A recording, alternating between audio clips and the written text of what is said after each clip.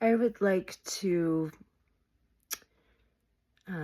re-emphasize why, if there were actually the God of the King James Bible as our over whatever, why I would never subscribe to him, and why he is a royal asshole.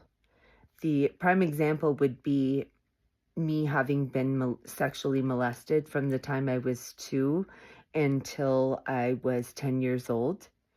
The biblical God blames his or her creation for eating the forbidden fruit and punishes them with suffering and enmity. I gave an example by stating that if I were a knife maker and I had made a bunch of sharp knives and decided I needed to go to the store, and I looked at my twin 2-year-olds and said, Mommy is going to go to the store, and this bowl of knives right here, these very, very, very sharp knives, don't touch them. All the other bowls in the room, you can have those. But this one with the sharp knives in it, don't touch that. And when Mommy gets back from the store, we'll have snacks.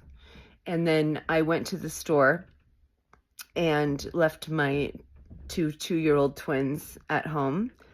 When I got back from the store, if the police were there because chaos had ensued, when I walked up and they were like, are these your children? And I looked at the bloody mess that was the remnants of my children. And I said, yes, those are my children. And they said, did you leave them alone with sharp knives? If I was the biblical God, as mentioned in the King James Version of the Bible, I would say, I did leave them alone. And I know they're only 2 and stuff, but I left very clear instructions that they weren't to play with that bowl of knives. So if they played with it, like, that's their own fault. The logic behind the you shouldn't have included that ingredient in the pot, calling the kettle black, is just completely, there isn't any. Okay, so instead, what we as citizens of Earth, none of us are aliens, what we as citizens of Earth need to do is realize that there are sick ass motherfuckers out there with some problem, like some serious fucking problems in their head. And we have to realize that if there is a higher power, it's love. And it's all of us together. It's all of us united against bullshit.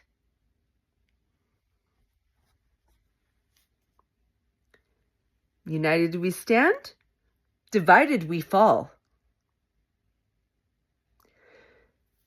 I was very disturbed recently. I was on X and I saw a girl get on there and post that she was more than proud to tell everyone that she had voted 3 times for the convicted felon.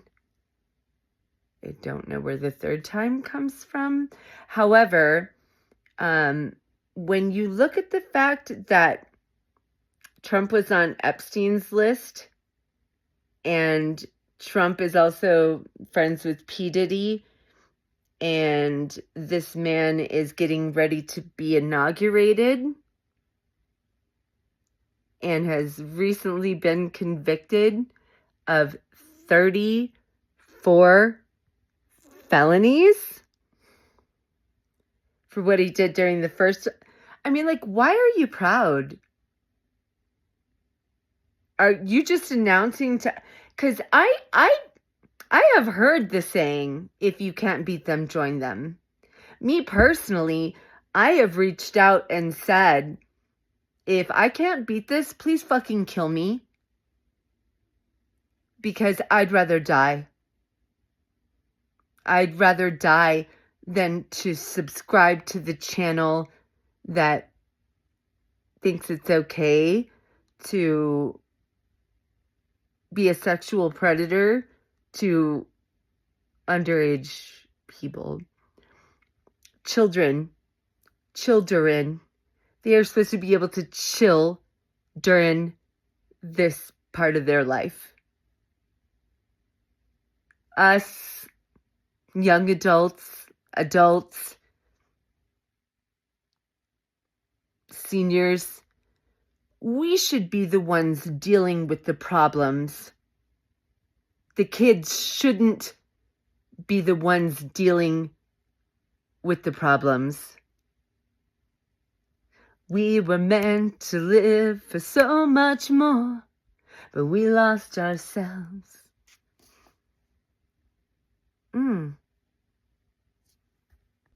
See, the King James Version of the Bible is only roughly about 400 years old, whereas Pandora's Box, which lists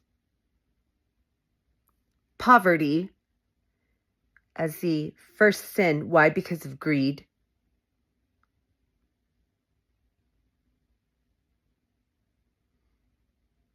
Is over 2,700 and something years old. We have survived this long because of mythology.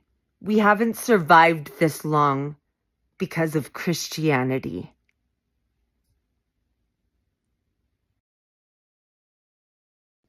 And this is specifically the reason that I have said, hey, Dexter fans across the world, wherever you are, if you are a fan of the HBO series Dexter, I invite you to think of the United States as your happy hunting ground.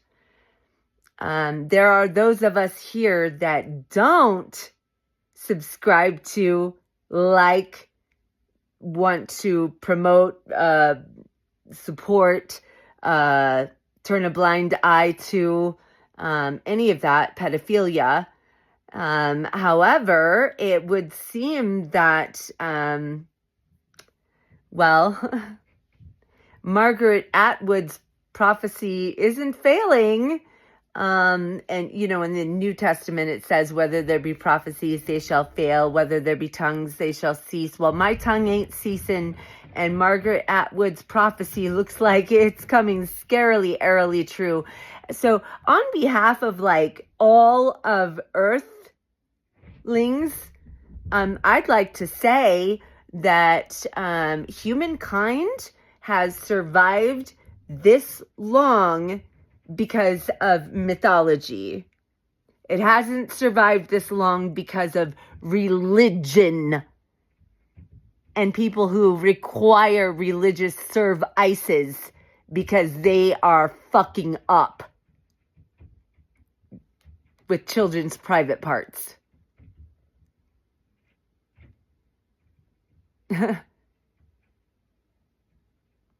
I mean, if you ask me, which you didn't, but I'm just putting it out there, the two major problems we have in this world, the most toxic things in this world, are genital mutilation at birth or shortly thereafter, and pedophilia. Those are two traumas to the brain at a very young age that people who don't have the proper guidance have a very difficult time healing from.